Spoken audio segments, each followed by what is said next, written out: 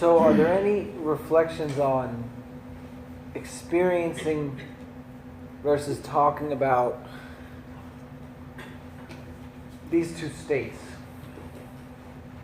Or questions about things that I've spoken about or about the practice itself?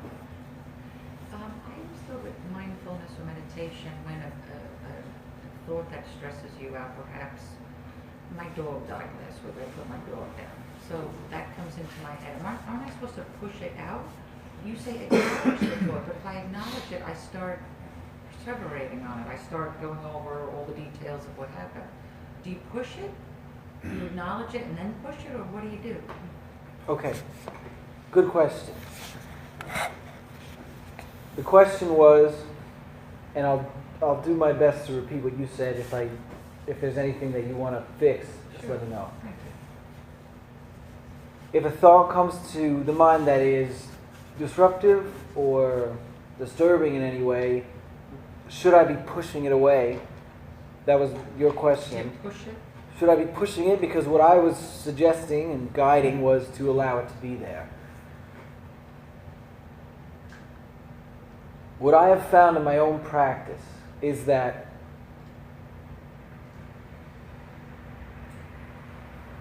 I'm choosing an object, right? Let's say I choose breath or sound or something.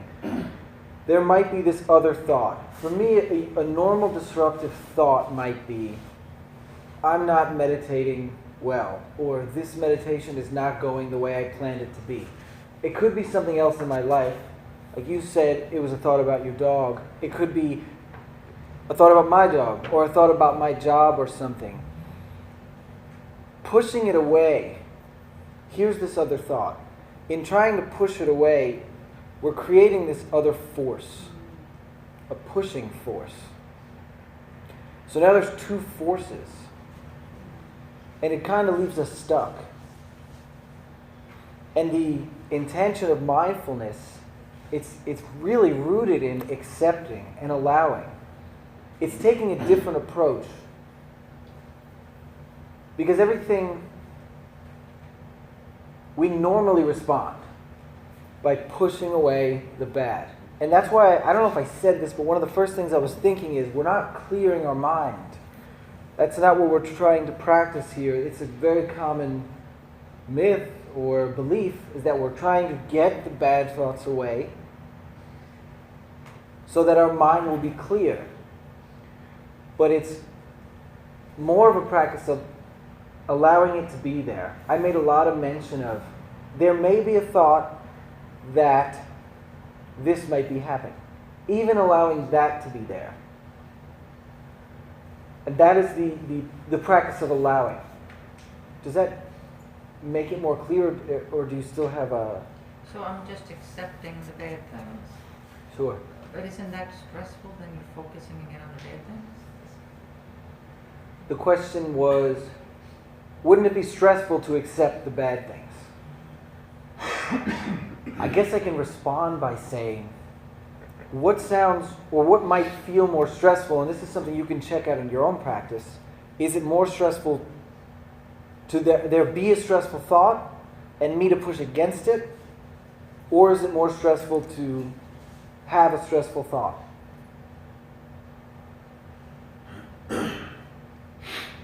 In pushing against it, we're creating tension. So the objective, I guess if you want to use that word, is more of an allowing. And if you find yourself, this is a stressful thought, and now your mind is going to replace, is this what mindfulness is? This is stressing me out even more. Now you have this other thought. So here's the thought, and now I have this thought about it. This is stressing me out even more. Why am I thinking about this thought here? Why am I letting this thought be here? I don't want it to be here. This is another thought. We're even letting that thought be there. Well, I guess, I don't know if I'm right enough, but I mean, I guess I have lots of stresses in my life anyway.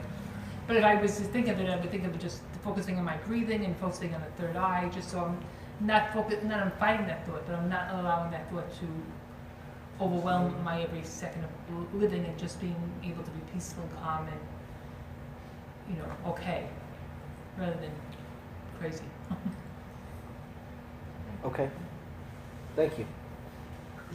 I know it's not Corey's original equation, but months and months ago, we put up an equation on the board, the experience plus resistance equals suffering. Right. I think that's what Mary's trying, maybe that might help her. The more you're resisting it, the more you're making yourself suffer.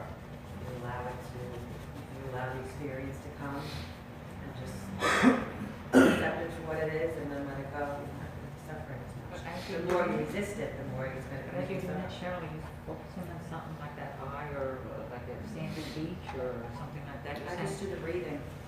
I think of it as a cloud going through. Just comes and it goes, and then that's it.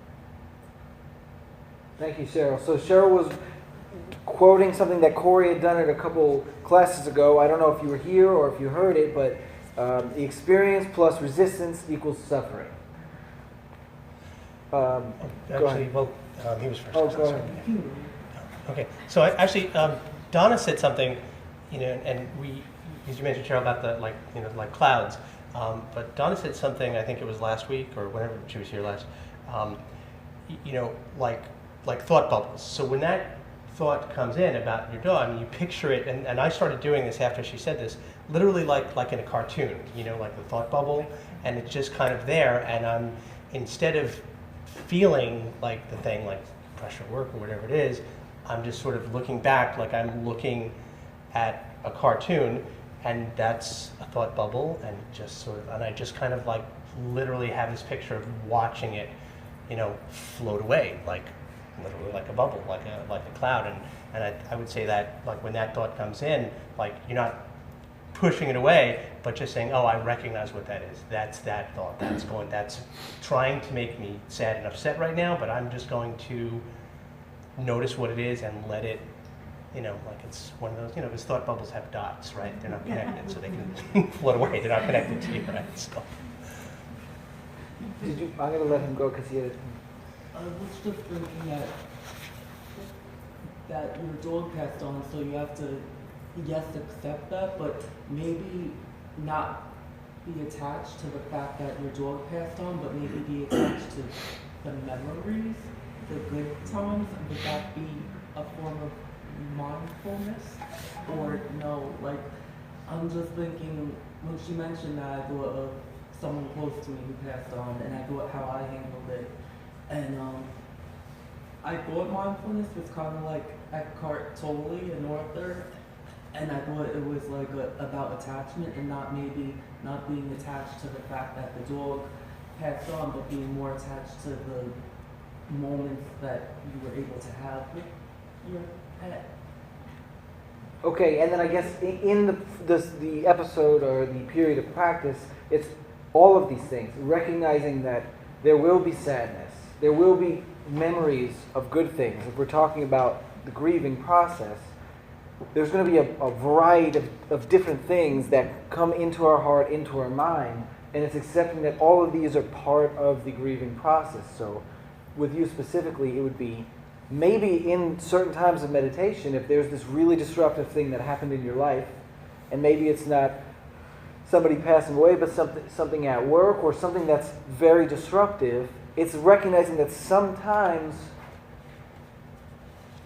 it's okay to be feeling the pain from that thing.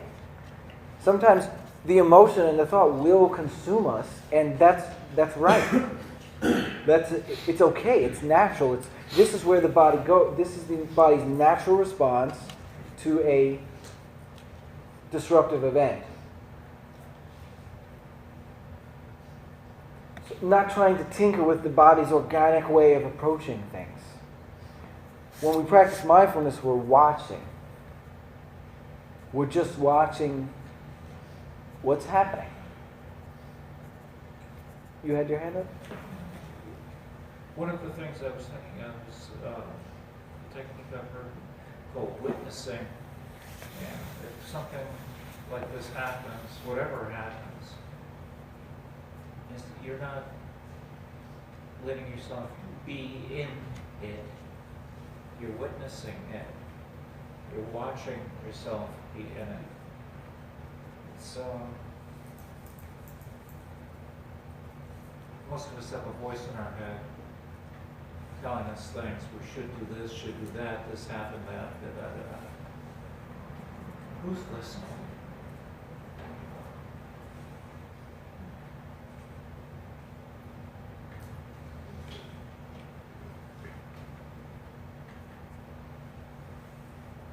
So there's this witnessing. It's one way you can say, you can talk about mindfulness would be a witnessing. We're just witnessing what happens. And even if the mind is consumed and goes in all these other places, we're witnessing that as well.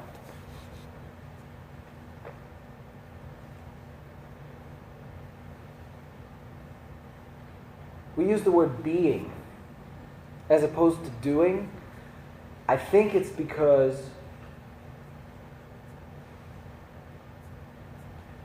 when we're meditating, our mind goes in all these places and we have all these questions of how, and why, and what.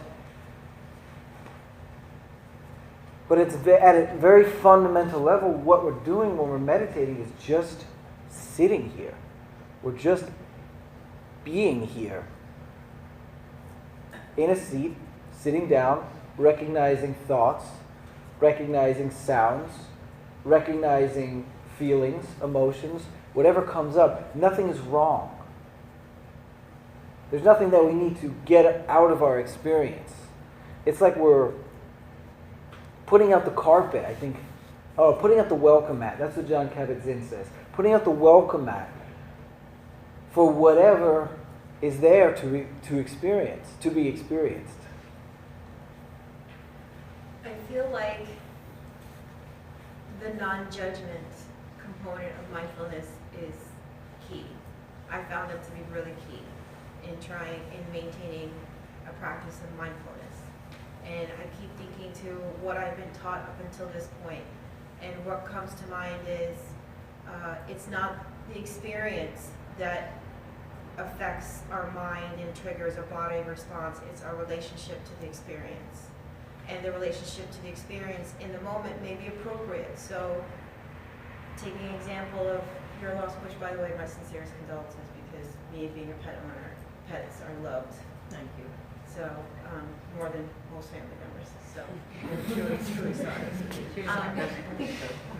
I absolutely believe that. So, in having a life event like that, sadness is appropriate. That experience is appropriate. And perhaps it's too soon to be aware of just the experience from an observant, because it's still appropriate to grieve the loss of someone that you love that. But the key point that I've learned in mindfulness is by engaging in the practice, maybe not in one session, but maybe a little bit at a time, you would look at not so much the experience, but how you're feeling, be aware of my particular relationship to the experience. So if I lose a family member and I am sad, then it's not so much I'm observing family member gone, I'm observing sadness. And I have to observe this sadness without judging that sadness is a bad thing. Sadness is appropriate when I'm thinking that particular thought. So if I take a step back and I pay attention to the breath the way that I've been taught repeatedly, then I can look at that situation, maybe not perfectly every time, but whenever I come to it and I observe a little bit more, and then I think about it again and I observe it a little bit more, then before I know it, I can then look, before I can realize, I look at that experience with a different perspective. And I look at it without judgment. I still miss my loved one. I still feel sad, but I'm not consumed by the sadness, and I don't feel bad that I feel sad for a moment. Does that make sense? Yes, it does. Thank you. Yeah, that was beautifully said. Thank you. You're very articulate. Oh, thank you. I talk a lot here. No, you're articulate though. You should. I guess to kind of give a picture of what you're saying, when I had to put my dog down, which was, I guess, 2 years ago, for a week after, at least 4 days, after I got home from work, I laid on the floor in a ball and cried. Because she was everything to me. She was my best friend. And that was okay. And there was this mindful element There was this recognition of this is what needs to happen now. So that's that accepting. In this moment, this is what the body is communicating to me. I need to release this. And if at any point I would have thought, is it okay that I'm thinking this thought right now? This is disrupting my state of peace. I would be creating tension and kind of blocking this organic experience that needed to happen in the body. So it's, if we're sad, being sad.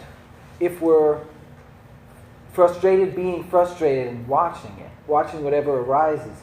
That's what I mean when I say not trying to control, not trying to tinker. It's whatever happens, allowing it to happen and watch it. Because as soon as we start telling ourselves we should be feeling or thinking or being different than we are, we're creating another layer of resistance, another layer of suffering.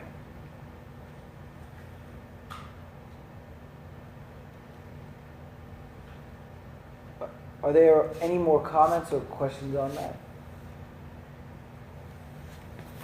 Talking about resistance and the sympathetic nervous system, I guess as you go about your days and let's say they're really stressful and you don't have a chance to just acknowledge that and you're kind of pushing away all of your emotions that respond to that stress, when you sit down to meditate for the first time since all of that has happened, I think it's only natural that you're going to feel that influx of emotion because the parasympathetic nervous system allows you to relax and slow down and acknowledge.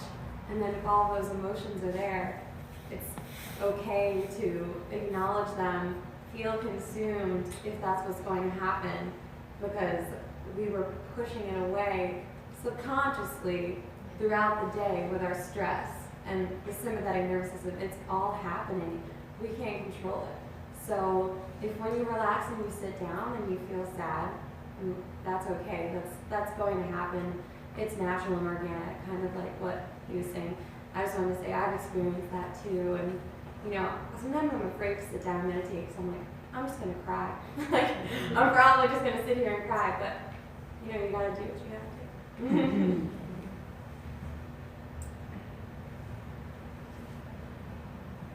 Thank you.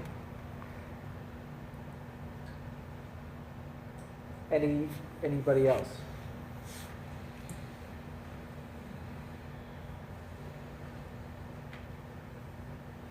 I guess since I'm not much of a meditator, so I'd like to develop more of that, but I'm just thinking sometimes something really ugly or sad happens and then it's a natural experience to allow that. Like you have to be sad, it's appropriate to be sad, maybe for a certain amount of time, but then if years go by and you're still feeling that, then it seems to me no longer that appropriate to be sad. I don't know, that's what I don't, it's my thought is, because then you're allowing yourself to, I don't mean any, I feel like this doesn't sound judgmental, but I'm just talking about myself. It's like I allow myself to wallow in certain hurts that I've had, that's not serving me well, and that's where I have to push that away. But when something is like appropriate to be sad about or upset about, you can let it just sort of try not to focus so much on it, Sure.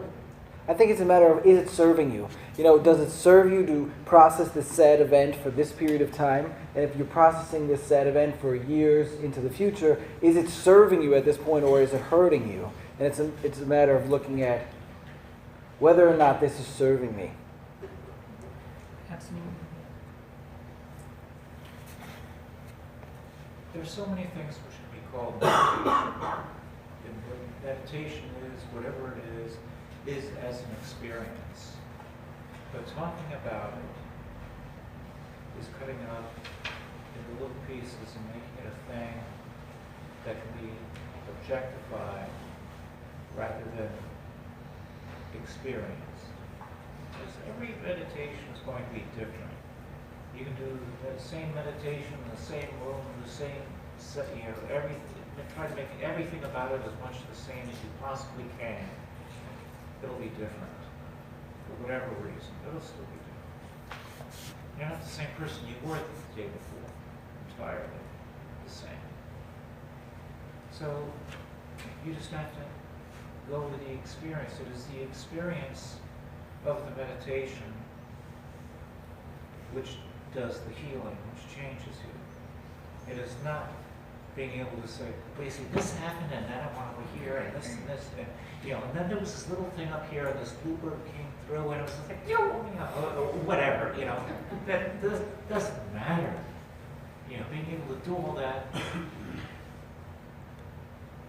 actually, my way of thinking is, doesn't help the experience of meditation.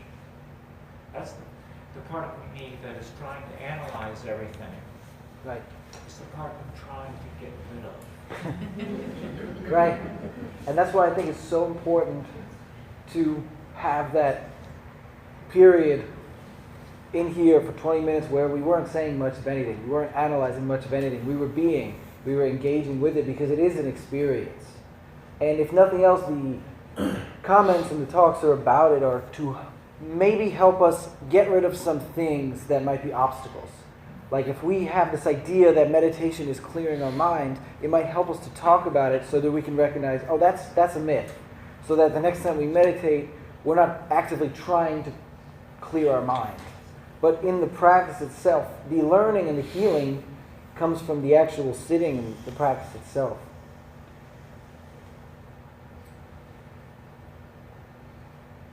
Okay, so we have about 5 minutes left. I wanted to guide in one last 3 minute sitting practice of gratitude towards ourselves for taking this time. And then we'll move forward with our day.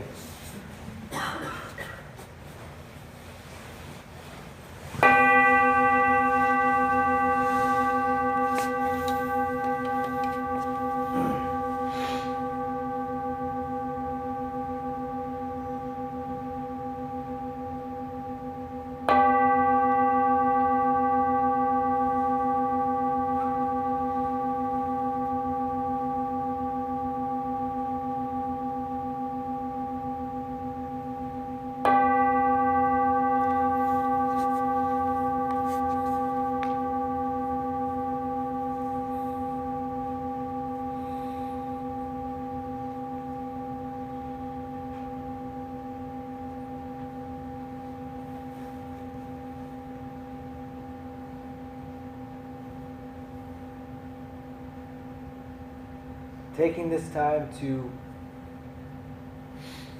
express gratitude to ourselves for coming here, for committing to a practice in some capacity, letting ourselves feel that. Letting ourselves feel that gratitude towards ourselves.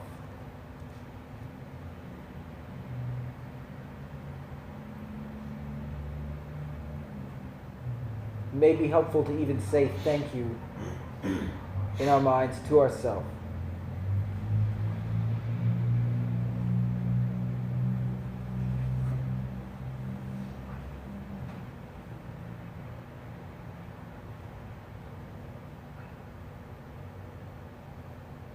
Because at the end of the day, we came here and we practiced. So giving ourselves credit for that.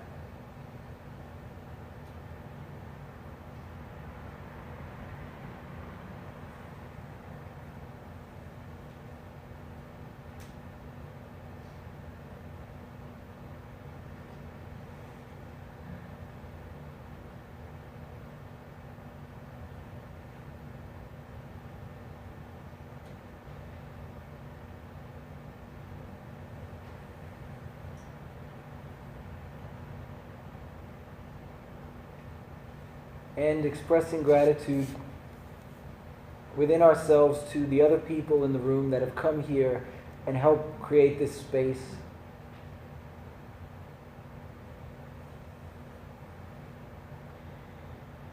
That have taken time out of their day to practice, to talk about, share this meditation, this discussion with us.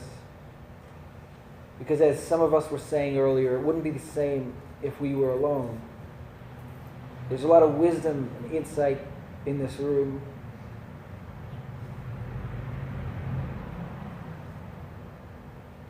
So gratitude towards ourselves and gratitude towards the others in this room who have shared this time with us. And letting yourself feel that.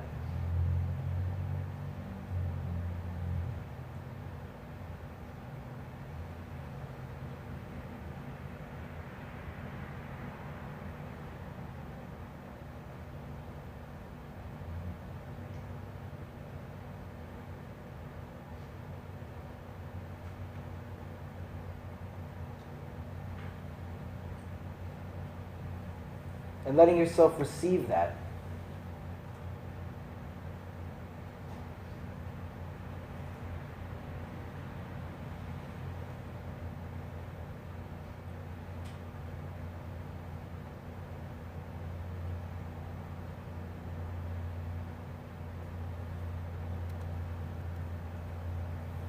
Bringing to mind one last time why we came here.